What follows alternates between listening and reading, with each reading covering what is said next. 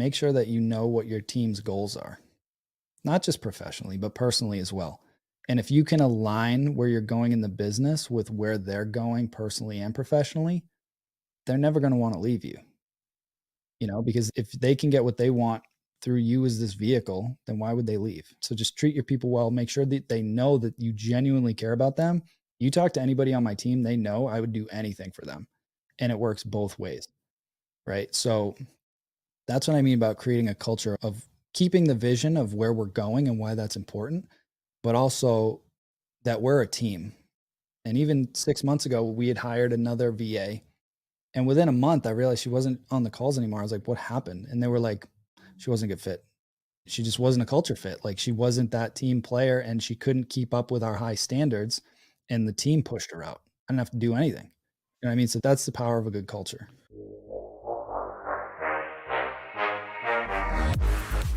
You're listening to Slick Talk, the hospitality podcast, a podcast for those who are in and around the hospitality industry who love, live, and breathe what they do. You can join us for candid and unscripted conversations with hospitality experts and founders as we go deeper into their personal stories while they're sharing their triumphs and trials that got them to where they are today. I'm your host, Will Slickers, and you're listening to an episode of Slick Talk, the hospitality podcast. Now, let's begin.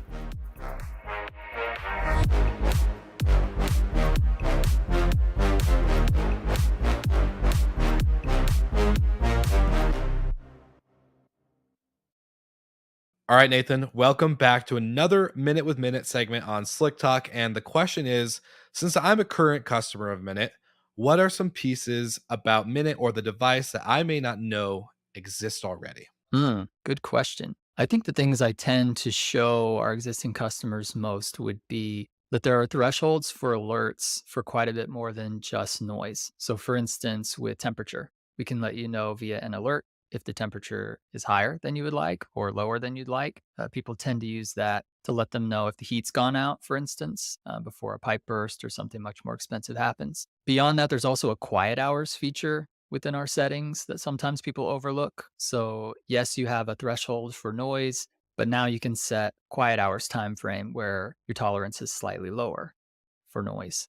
I have mine set from 10 p.m. to 7 a.m., for instance. Lastly, our newest device is indoor or outdoor accessible.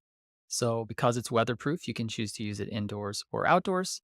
And if you're using it indoors, you have the ability to use it plugged in or unplugged. We get that question a lot. So you can charge it and use it wirelessly, or if you prefer to leave it plugged in all the time, that's fine. I love it. You heard it here first, folks. A Minute with Minute, and now back to the episode. All right, Slick Talkers, welcome back to another episode. And this guest is no stranger to the podcast. He has been on before, but it's actually been almost 3 years since we've had Mike Sjogren on the podcast. I was on active Call of Duty orders for the National Guard for doing COVID testing, and I was doing it in this Marriott hotel room. I was in there for months on end and got to have Mike Sjogren on to talk about his first boutique hotel, transitioning from short-term rental to this boutique hotel life. And now 3 years later and 2 conferences later, we get to have him on the show again. Mike, welcome back. Thanks for having me, man. I'm excited. Of course, dude. Not only that, but we actually had you on for our hospitality predictions of 2023 series for the network. So we've had a little bit of kind of crossover. So obviously the listeners are probably not unfamiliar with you, but let's give everyone a quick recap just from your journey in. It could be very quick, and then kind of what's happened in the last 2 to 3 years. Obviously there's a lot to touch on, and if people aren't following you, they're probably going to be like needing the show notes to go back to the first episode, but we'll make sure that they have that. Yeah. So I was a career accountant, right? I did what they told me to school, went to school, got good grades, got a good job as a CPA. And I did that for 10 years. And I got into this business, like a lot of people, by accident, where, everything changed when my son was born. He had a very rare lung disease. We spent months at a time at Boston Children's Hospital. And at a certain point, I ran out of vacation time, ran out of sick time, had to leave my wife and my baby in the hospital to go back to a desk to trade time for money. And it sucked. But it was the biggest wake up call in my life. And I told my wife, Kristen, at the time, I said, I don't know how I'm going to do it, but I'm going to find a way to build us a business that gives us the income we want without ever trading time for money. A couple months later, met a guy in a mastermind that was doing some rental arbitrage. And this is back like 2017 before it was super popular. And I was like, this is pretty cool, but it just felt weird. I was a little skeptical on the arbitrage. So I didn't have a lot of cash, but I pulled a loan out of my 401k and bought a little 2-bedroom condo up in the mountains in New Hampshire. It's about 3 hours away from where we live, but I knew the area. We'd gone skiing up there a bunch. And then I did a small renovation on credit cards and just gave it a whirl. And that property was the catalyst for this business that we've grown substantially. And fast forward now 6 years, we're at 101 units across 5 states, 3 boutique hotels, got the Short-Term Rental Secrets podcast. I've left my job. My wife's left her job. I've retired my mom.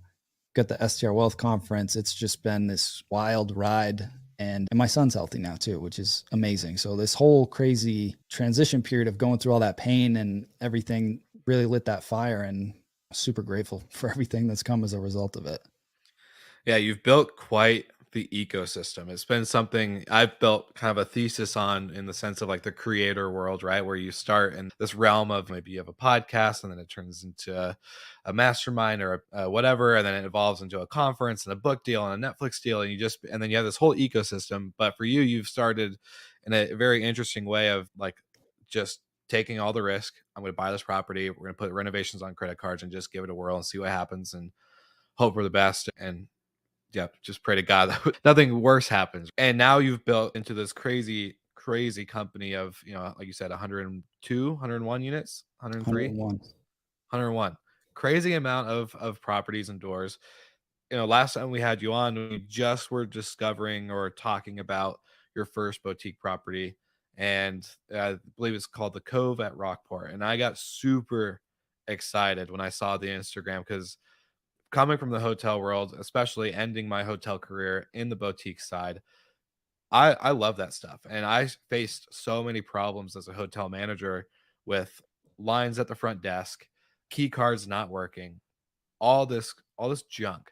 And then I got exposed to short-term rentals and I was like, oh my gosh, this is exactly what I needed to solve all my problems at that 70 unit hotel. So now that you've gone through that first journey, you're now at 3 boutique properties. I'm just curious from your perspective. I know you're buying and you're renovating and you're flipping and getting them and implemented like in short-term rental processes and operations with the locks and how you just do all this other stuff. But what have been the biggest takeaways and learnings that you've had just from that period of time of being from short-term rental, co-host, own type of model to now boutique hotel, multiple guests throughout a day, turning over, I believe you don't even have on-site staff. So like, what's been the biggest takeaways from all this? So on that note, the biggest change was honestly the staffing, right? So my intention at the beginning was to run them just like short-term rentals without staff. And what I found at that first, it's a little 13 unit boutique right on the water, really cool, beautiful coastal town, but it's basically an old Victorian mansion that got chopped up into hotel rooms over time. Yeah. And a couple things had happened where, one, it was very challenging to navigate guests to the rooms because there's a lot of internal hallways and staircases and all these things. And we've had guests, this hotel's been in business for almost 100 years. So we've had a lot of older guests that have been coming there for 30, 40, 50 years. And they struggle with the technology, right? With the keypad locks and everything that we do. And so that was the first thing. And then the second thing that I realized was, when somebody's paying $400 to $600 a night for a higher end boutique hotel, they have certain expectations. And it was very challenging to deliver on those expectations without staff. So we did end up staffing it. So some big changes was, one, getting like you can call it a front desk, but it's not even a front desk. It's hard to even find the office, but they're on site, right? To handle any guest issues. And their job is to run the back of the house, all the inventory, manage all the cleaners, do all that stuff. But first and foremost is to make sure that the guests have a 5-star experience. Like, that is what they're there to do. Yeah. And then we ended up transitioning from a third-party cleaning company that we had used quite a bit to taking all of that in-house, because what we found is it's a different ballgame when you get into hotels. Just the sheer volume. They were just burnt out and super overwhelmed, and they hung on for like a year and a half. But there were multiple times where they were like, we can't do this anymore. Like, this is just not our wheelhouse. Like, we're freaking out. Like, it's just too much. And so We took that in-house, which again brought its own challenges around, all right, I got to learn how to recruit. How do I onboard and train and all these other things that, we've done with virtual assistants, but now with on-site staff and basically build a cleaning company. So that was an interesting challenge. The second hotel that we did is more of like a garden style apartment building. It's zoned as a hotel. It is a hotel, but they're one bedroom and studio apartments basically with full kitchens. And that one we actually do run without anybody on site. Matt is my local ops manager. He kind of floats around to our portfolio that's local here.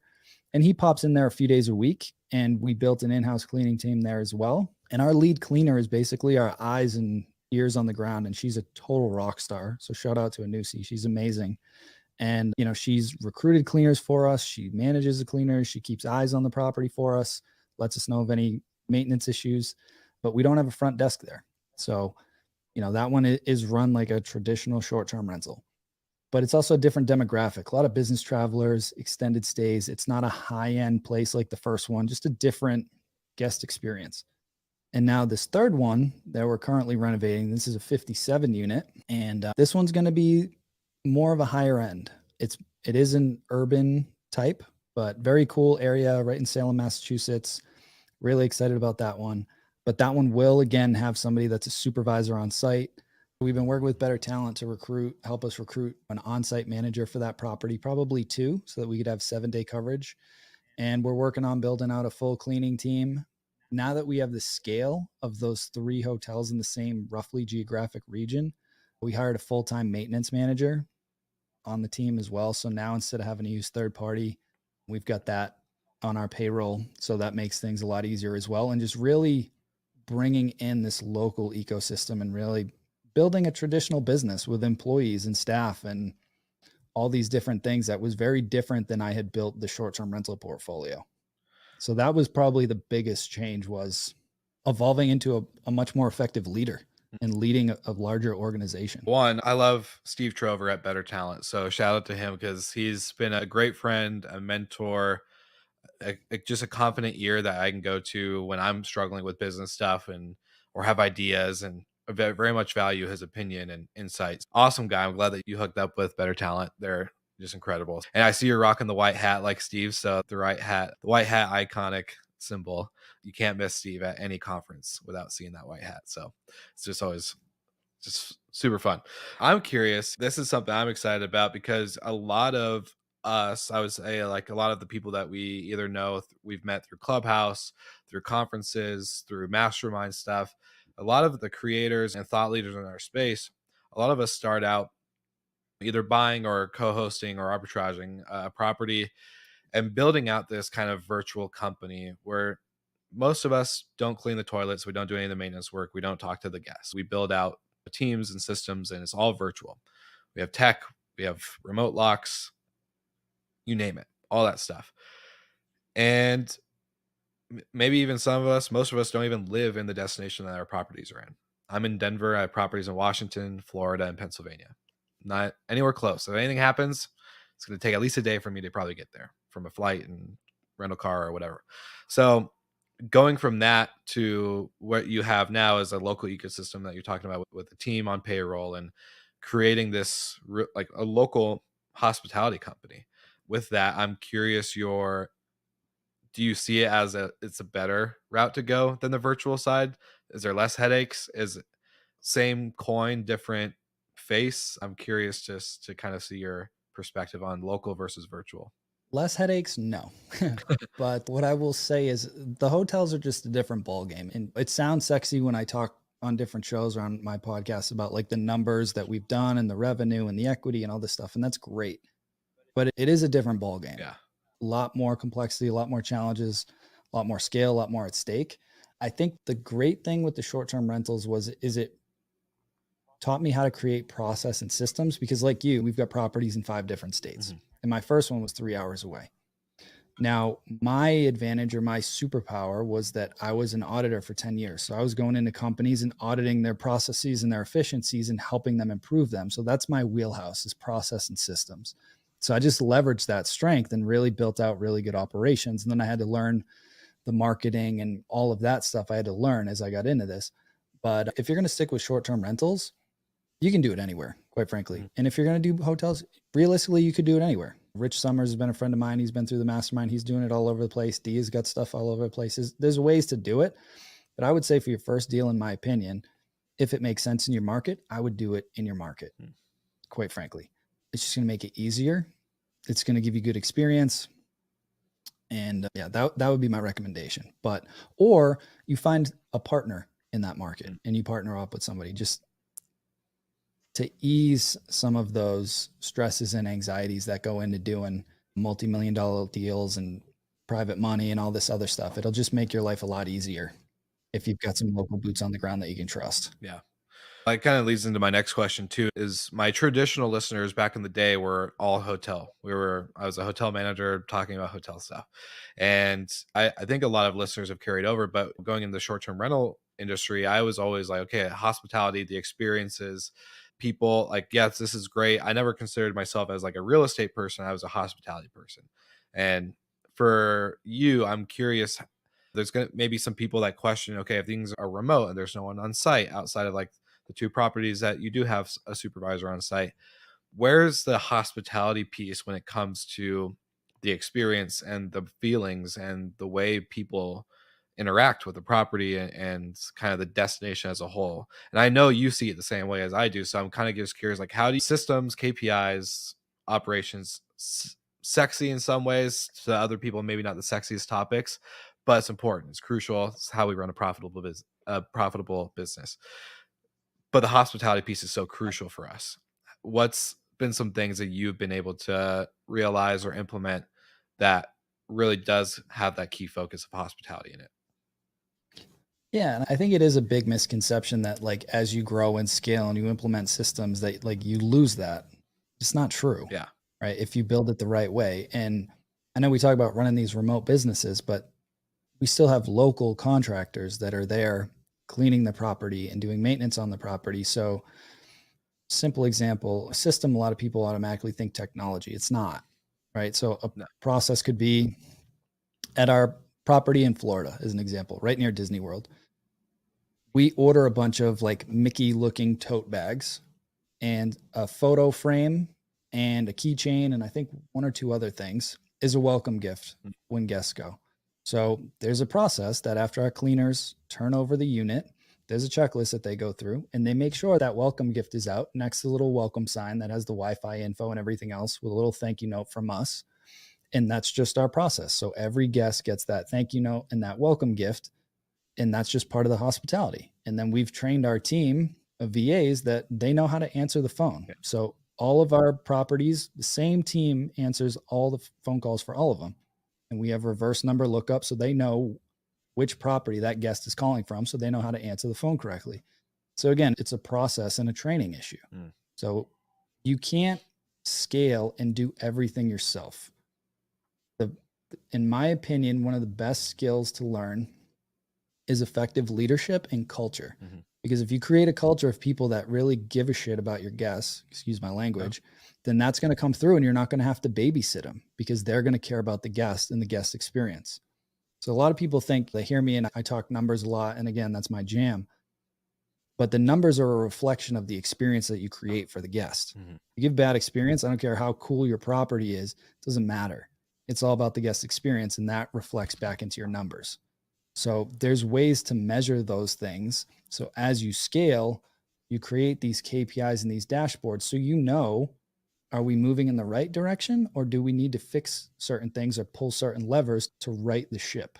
Yeah. So my role now is completely different than when I started. I'm not involved in the operations at all. I don't talk to guests. I don't talk to the cleaners. I don't talk to the contractors. Like my team runs all of that. My job is to focus on the vision of where we're going and make sure the team is rowing the boat in the right direction. And a lot of people are like, what do you actually do? Like, that doesn't sound like you're doing anything. You give it a whirl and see what that looks like. So it's just paying attention and having the data so that you know where the ship is going astray. Yeah. And again, not to go back to Steve Trover, but he always kind of pushes on me the rocket fuel, the book, visionary or integrator. And sounds like from your journey, obviously I know you've done a lot of the boots on the ground stuff. You've talked to guests, you've had that experience in the past. especially early days. Like we all have to get our hands dirty a little bit. How did you, and I love that you mentioned culture. So before I ask the question, culture, I think, can be a word that gets overhyped or overused and maybe not used correctly. But I think with you, kind of walk me through the change or transition from integrator to visionary, because I'm naturally a visionary, but I have to be an integrator right now. There's some parts of my business I have to be the integrator, and it sucks. I hate it, but I need to do it until I can find that dedicated integrator. From your perspective, going into integrator to visionary and building culture, what are like maybe action steps or just things that you realized throughout your process and your journey of it that were super important for you, and how it really kind of applied to the data that you're talking about, the data driven decisions, the triple D, where you are kind of using that as the, like you said, steering the ship. I think a big change was I've always been a control freak, right? And I'm sure a lot of listeners can relate to this. Like, this is your baby. You've put your blood, sweat, and tears into this thing. Yeah. And one of the biggest challenges is when you build your team, you got to let go of that control. Mhm. And it's terrifying at the beginning because you're like, what if they screw up? What if they say something stupid to a guest? What if they say something stupid to an owner? What, you know what I mean? Like, there's all these variables. And a big change happened when I stopped delegating little tasks and I started delegating responsibilities. Mm. And there's a very big distinction because I see a lot of people complaining, especially with the VAs. Yeah. I will tell you, the VAs that we use in the Philippines, they're amazing and they will work, man. They are workers. Yeah. But they're used to being like task rabbit type, like delegate a task, they do it. Okay, what do you want me to do next? So the challenge was culturally of how do I get them to think independently? So delegating responsibilities. A KPI that we measure is all guest inquiries have to be answered in 10 minutes or less. And I can measure that by team member through our PMS, right? So that's one thing. Another thing is one of our team members runs all of our insurance claims or all of our damage claims, right? So like that's on them and they have certain processes that they have to follow for that. So delegating certain responsibilities to them instead of just like, hey, can you do this? Because then they come back to you and they're like, okay, now what do you want me to do? Yeah. But when you delegate a responsibility or a KPI or a result, delegating results was the big shift for me.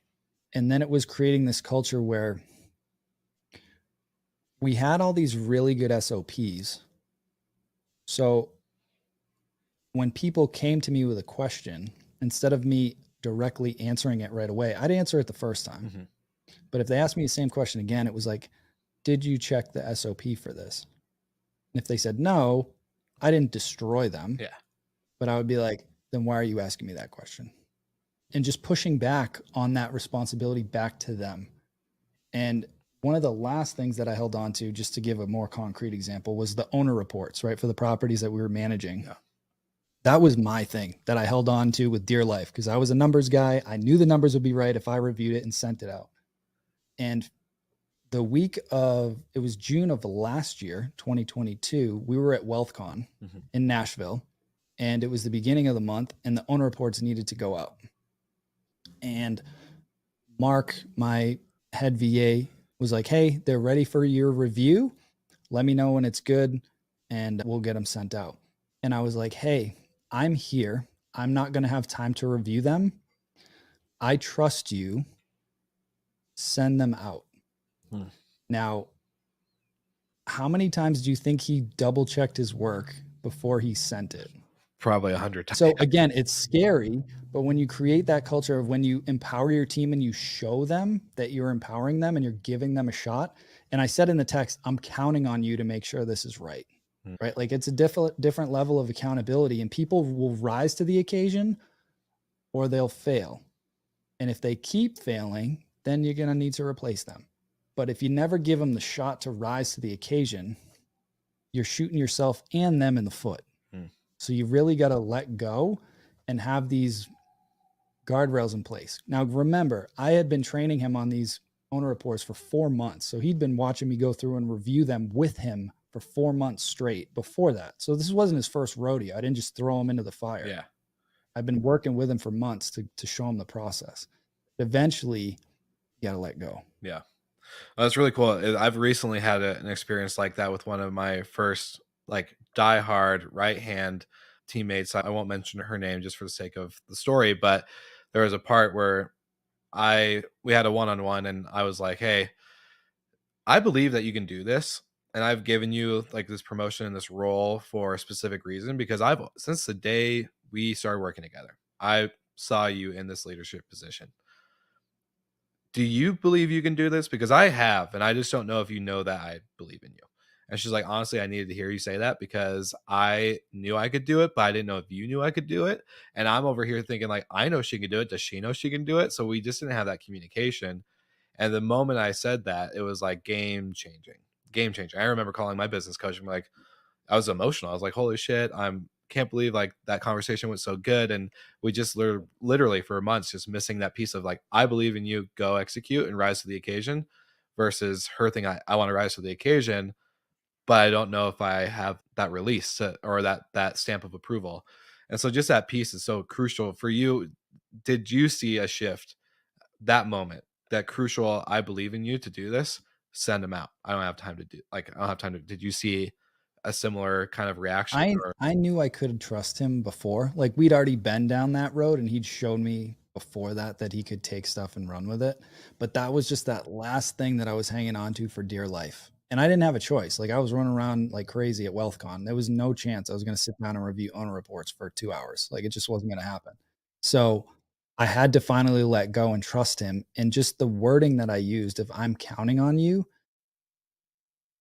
that again, he had to elevate to the occasion. And I think it's also important, a couple other things, is to make sure that you know what your team's goals are, not just professionally, but personally as well. And if you can align where you're going in the business with where they're going personally and professionally, they're never going to want to leave you, because if they can get what they want through you as this vehicle, then why would they leave? So just treat your people well, make sure that they know that you genuinely care about them. You talk to anybody on my team, they know I would do anything for them. And it works both ways, right? So that's what I mean about creating a culture of keeping the vision of where we're going and why that's important, but also that we're a team. And even 6 months ago, we had hired another VA. And within a month, I realized she wasn't on the calls anymore. I was like, what happened? And they were like, she wasn't a good fit. She just wasn't a culture fit. Like, she wasn't that team player and she couldn't keep up with our high standards. And the team pushed her out. I didn't have to do anything. You know what I mean? So that's the power of a good culture. wow. And you talk about the words you use when you told him, "I'm counting on you." How intentional is that with you in your day-to-day? And I also have another follow-up question with it in the sense of what you just said, but I'm kind of curious on your intentionality behind the words that you use with your team. Yeah, that was hyper intentional. Okay. That one was definitely hyper intentional. I'd love to say I'm perfect. I'm not. No. Every once in a while, I lose my cool and whatever, but there are certain things, especially if you need to have, those crucial candor conversations with different people. Mhm. I've had those over the years and I hate doing them. I really don't like conflict. And a lot of people probably don't believe that because I can come across as pretty blunt sometimes, but it makes my skin crawl. But I always remember that if I don't do it, I'm doing this person a disservice and I'm not letting them know what's true and to rise to the occasion. So I've had conversations before where I'm like, dude, you're better than this. What's going on? Like, you are better than this. Right. And, I've seen your work do this, this, and this, but like, what's this issue right here? Right. And just trying to be transparent. And again, I don't like doing it. I don't think a lot of people like doing it, but if you don't do it, you're doing yourself, but also your team a disservice by not giving them that feedback. One of the crucial moments as well, and not in the like a cheesy way, but once we kind of defined, I think, core values, not only as a company, but as personal, like my personal core values, how do I lead my day-to-day life? And putting it on paper was super important and sharing it with the team and having them put their input and us kind of all contributing to this company core value set was super important.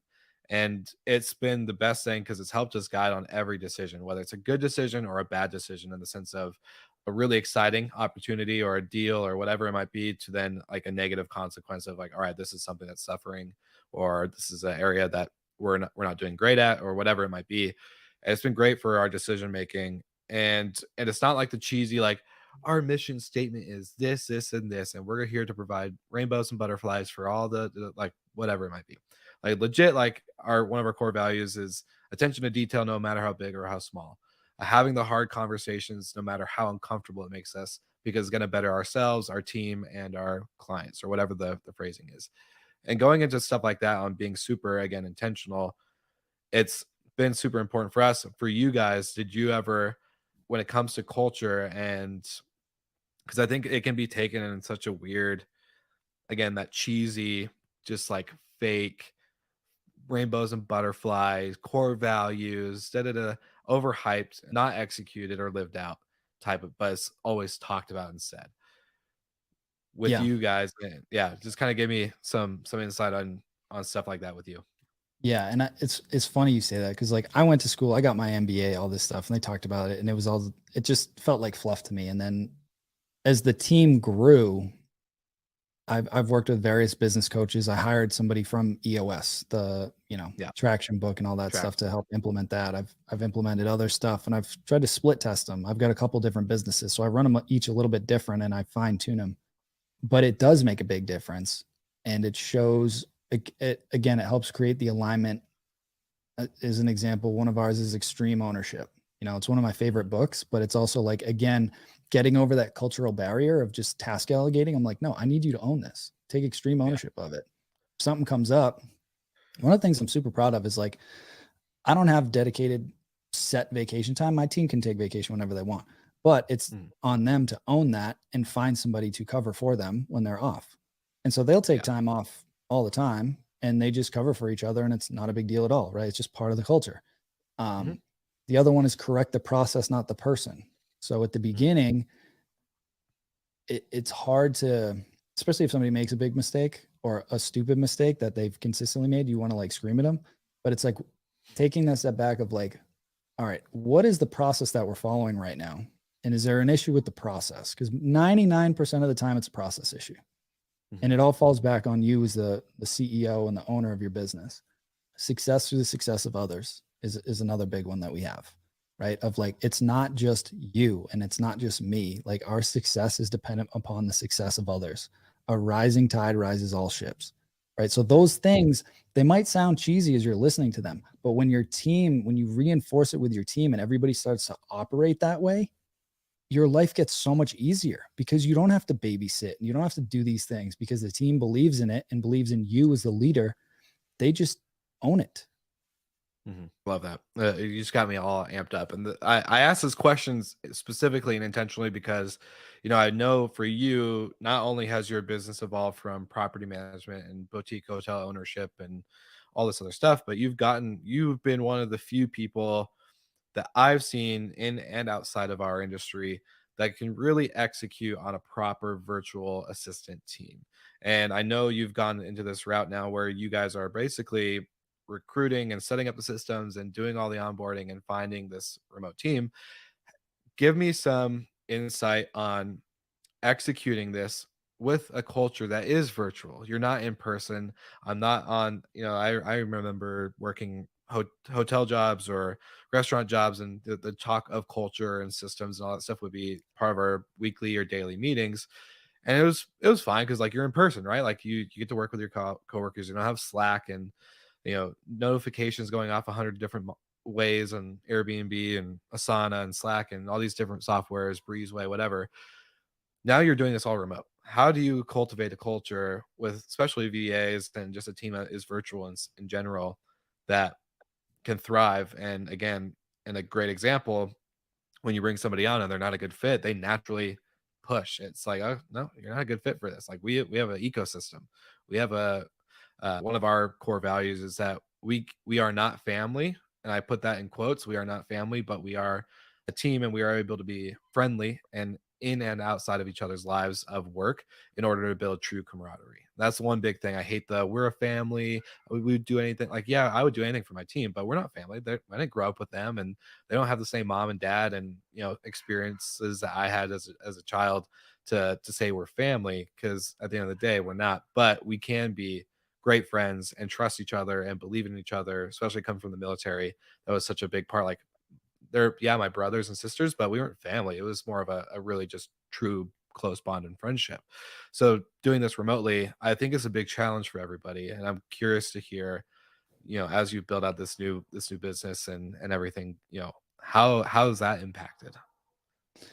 It's being intentional with it. And remind me after, I'll give the listeners a link. I literally just did a webinar on this like 2 weeks ago, and I called it the Freedom Code, but it's basically the 7 steps I use to like elevate to CEO. And I don't know if you caught the talk when we were in Nashville, but I broke down this whole transition of like the evolution of the different roles I've played in my business and how I've elevated myself into that CEO role over time. So Mhm. I'll give them that at the end. Just remind me. But the big thing is a couple things, and I'm no genius. I just learned from people that are way ahead of me, and so things I've learned from some business coaches were make sure that you create a consistent cadence to touch base with your team and have a structure around that. So, Mm. you know, I talk a lot that I work less than 4 hours a week on that business. The 2 hours there, two, most of the time it's around two. Right now it's a little more because I'm running around to the different hotels and checking in on projects. But I have a manager meeting every Thursday where I meet with Matt and Mark and now Sandy, who's elevating up to Mark's position. And we run through any agenda items that they need, anything they need from me, giving me feedback on the rest of the team, any issues that are arising. My job in that meeting is to just remove any roadblocks so they can keep trucking and doing what they need to do. Hmm. And then every Friday, we have an all staff meeting and we have an agenda that we go through every single week. We start with personal and professional wins. Like, what was your win in the business this week? What was your win personally this week? And then we go through any issues that have come up, guest issues, review issues. We review anything that's less than a 5-star review. We review that review in detail. And again, assess like, what can we do better? How do we improve? Then we review all of our KPIs as a team. Everything from, revenue, occupancy, RevPAR, average response time to guests, a bunch of different KPIs that we go through for the entire portfolio. We've got our hotel supervisor for the Cove that jumps in at the beginning of that meeting to give an update on that property. Now we've got our new full-time maintenance coordinator who jumps into that call, gives us an update on all the maintenance around all the different properties. So we have this cadence, right? So everybody gets on the same page. We have a method to communicate effectively, like I was alluding to, I think offline or earlier, around if the team needs to get in touch with me, like they use WhatsApp to communicate with all the cleaners and contractors. I'm not in there because there's 1,000 messages, so I don't even look at it. I'm like, if they know if they need me, they text my cell phone directly and I'll get back to them within the hour. Like that's just standard protocol. It's very, very rare that they even need to reach out to me because we have the infrastructure in place that there's managers and supervisors. But if they do need me, they're welcome to reach out to me via text. But something we started doing like a year and a half ago was, I can't just fly all of them over here, for team outings and stuff. So what we decided to do was we let the whole team have their own local retreats and I pay for it. So they'll go away to some resort for a weekend and take their whole family and we cover the whole thing. Right. So it's just a good way for them to build that camaraderie as a local team. And they're super appreciative of that. Like they absolutely love it. And then locally, we have like a Christmas party that we started doing last year. And it's just fun. It just, now that we've got more of a local presence here, we invite all the cleaners, the supervisors, the maintenance folks, everybody's families, and we host it at one of the hotels. And so, trying to do those little things to continue to foster that camaraderie that you typically find at some big corporation, and I think we miss those opportunities. And if you don't have a huge organization, that's fine.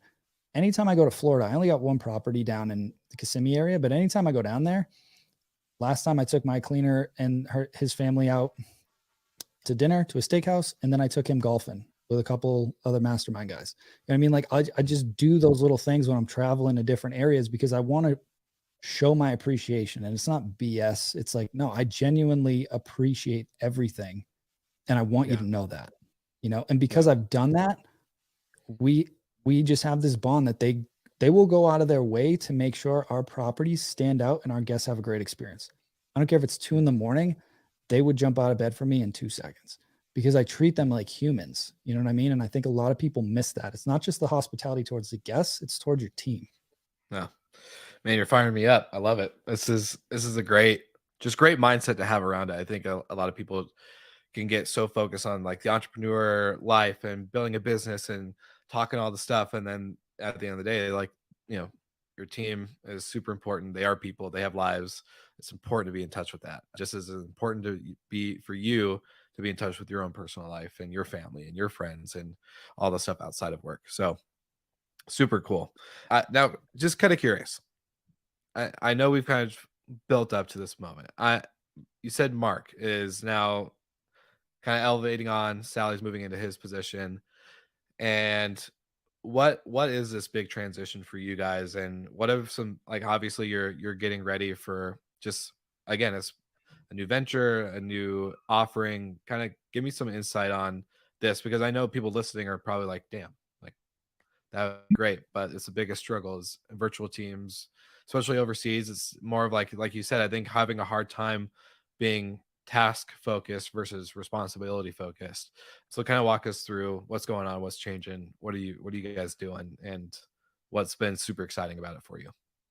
Yeah. So, I mean, most of my time now is spent on the education side, between the podcast and then the different coaching programs that we have. That's what I love doing. And just Yeah. a random sidebar for the listeners. Yeah.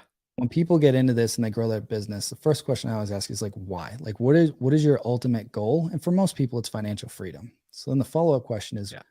when you are financially free, what do you want to do with your time? And I had a mentor Mhm. at least 7 years ago ask me this question. He said, if you were making $10 million a year, Mike, and you never had to worry about money again, what would you be doing with your time?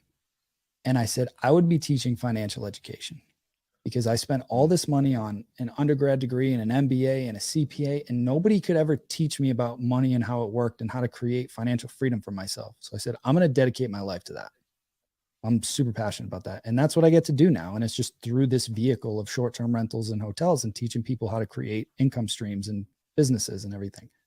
So that's where I spend most of my time. So we've been coaching since 2019, got a few different programs. And like a year and a half ago, some of the students were reaching out like, hey, is there any way you could help us recruit VAs for us? Like, we get it. Like, this makes sense. You've got all the systems. You taught us everything we need to do. Could you do it for us or help us do it? And so Mark, who I've been referring to, he's been with me for 3 years now, and he pretty much runs the show on a lot of the property side. But he was employee number 4 at Airbnb's call center in the Philippines before he was with me, and he grew them to 5,000 agents. So he has a massive Rolodex of people that are working in the trenches at Airbnb, handling all this stuff. And so anytime we need new people, he just goes back to people that used to work for him and he just places them in my company. So we started doing that for our students like a year and a half ago, and they freaking loved it. And I've kind of kept that like on the hush just because Mhm. I didn't think that we would scale it, and because I didn't think Mark would have time. But he loves doing it, and that's his own business now, and he's doing great and it works. And so now he wants to continue to grow that, and I want to help him grow that. And so he's stepping down from the ops manager in my property business to continue growing a VA recruiting service. So now folks outside of my mastermind, we can offer that service, and we just package it with 90-day coaching program, but we'll go out, we'll recruit, we'll onboard them, we'll train them, and then we'll work with you for 90 days to coach you up on this. And I give everybody my entire SOP playbook that we use to run our whole portfolio. So like the exact standard operating procedures, templates, checklists, all my video trainings, everything that I've used for my team. And I give that to you as a baseline, because a lot of people did, it's a lot of work to build these out. And I don't want to blow smoke that it's easy. It's not. And it takes time. But at least with this, you have a baseline of like, okay, we can use this for now. And then we coach you and help you build them out over 90 days as this new person comes on board. And then there's ongoing support with Mark and his team for the life of that contract with the VA. So that we just released a couple weeks ago, and I'm excited about it. I'm happy for Mark because he loves doing it, and it's tough because he's a rock star, and I love having him on my team. But at the same time, like, I'm happy for him, and I want to help him grow that because he's great at it. So Yeah. Well, it goes just back to what you were just saying. He's a human. He has his own passions outside of, that. But the fact that you're able to be a part of that transition for him and see that he was very passionate about it, not just be like, oh yeah, that's great that you're passionate about it, but you stay over here. You need to be out of the hotel, get back to work. What are you doing? That itself just speaks to the whole, 40 plus minutes that we've just been talking. So that's awesome, and I'm glad to hear it, because I think it's been a big struggle for a lot of operators and a lot of listeners. We do have a lot of people that have local brands, companies that are all based in the US, and they have great teams, and they've been the traditional vacation rental manager. But there are a lot of people, especially that attend STR Wealth Conference and other conferences in our industry, that are figuring this out and trying to really build out that virtual side. And it's hard. It's a challenge, and it's not easy. And none of this is easy, but it's definitely adds another piece to it for sure. So that's really exciting. I'm excited for you guys. Now, I gave you a heads up before we started recording, and this was not intentional. I did not reach out to certain guests and try to record in a certain order. I just give my recording link out and say book whatever time is best. Every guest before the guests that we were with, we asked them to leave a question for the next guest without telling them who's next. So the guest before you, coincidentally, was Bill Faith. So Bill Faith was on this morning, and we chatted and did his episode. And I didn't tell him that you were next. I just said, "Hey, there's going to be a guest after you. What's your question for them?" His first question was not a real question, but he said, "What hair product do you think I use in my hair to keep this flow so great?" I told him it's all natural, so no hair products to guess today. But the real, true, intentional question is, how do you handle professional adversity in private? How do I handle professional adversity in private? So we didn't really talk about this much today, but I've been heavy on personal development for a decade at this point. And I still, I invest a lot of money into a mastermind group that I've been a part of that all we focus on is mindset and professional development. And as a leader and a CEO in your business, you have to be able to keep a level head. And I am far from perfect from this, but again, it's just being mindful of it. And so it's understanding what are your outlets, right? So as an example for me, it's like right after this, I have a non-negotiable every week. I go get an hour massage at this place next to my office. It's non-negotiable. It's just on my calendar, right? So like that's just part of my routine. I golf at least once a week in the summer. That's part of my routine. It's just taking those. I think it was Alex Sharfin. I got this from years ago. He did a talk and he talked about like, okay, everybody wants to build this multi-million-dollar business, right? Using the analogy of like $1 million racehorse. You wouldn't buy $1 million racehorse and train that thing into the ground and feed it like shit and never let it sleep and just beat it down over and over again. But that's what so many entrepreneurs do. And we don't take care of ourselves. And we let all the stress pile up and we work 1 million hours and we don't sleep and we're taught to, you just got to grind it out and do all this crap. And it's bullshit. It really is bullshit. I don't work a lot anymore. And my work is very intentional and very focused, but I take care of myself. I treat myself like $1 million racehorse. Right. And that it's important. And it might sound bougie, but I promise you it pays insane dividends, because when you have a clear head and you're ready to go and you're fully energized and charged up, that energy is going to pass into your team. And to be honest, that's what really matters, because they're the ones out there executing it. So having those outlets in place, having a peer group of, friends and professionals that will support, encourage, and challenge you is huge. So yeah, that's how I would answer that. I like it. That's a good answer. For you, without knowing who the next guest is and giving it away, what would your question be to them? It could be anything: professional, business, personal, all the above. I'm trying to think of a way to phrase this. What is one thing that you should be doing that would have a great impact on your business, but you're not doing it? Dang. Yeah. I can think of a couple, to be honest, but I will let the We all next guest. can, and that's why I'm curious. I'm going to listen because I want to hear it, because we all have those things that we know we should be doing, but we're avoiding them for whatever reason. Yeah, no, I love that. That's great. Well, Mike, I know we're going to include all of your socials, anything that you're doing basically in the show notes. But if you had one link for any of the listeners who are just like, man, this was a great episode, I want to connect with Mike, what link would you use that you would say is like the best way for them to connect with you? Yeah, it would probably be that webinar that I did, just because it really went deep on a lot of the stuff that we talked about. So that's STR, like short-term rental, strsecrets.com/freedom code. Freedom code. strsecrets.com/freedom code. It's like 45 minutes max, but I squeezed a lot in there in that one. So Awesome. Well, I love it. And thank you again for being a guest on the podcast and the show. It's been great to be friends with you and connect with you and work with you on your show. And just see the things that you guys have been doing. And, thank you again for also letting me and Julie George be the co-MCs at the STR Wealth Conference this year. It was super fun. You guys have built such an incredible community, and it's just great, especially after the time of COVID that we all went through, going from Clubhouse to virtual podcasts and Zooms and stuff, to just finally be in the room together. And so I'm just super excited to continue to watch and be a part of everything from afar. And yeah, man, you've been killing it. So thank you so much for being on the podcast. My pleasure, man. Thank you. Of course. You heard it here first, Slick Talkers. Make sure you like and subscribe everything STR Secrets, and we'll make sure that all the links and things that you need to know are in the show notes, and you know what to do from there. But make sure you like and subscribe, and we'll see you all again next week.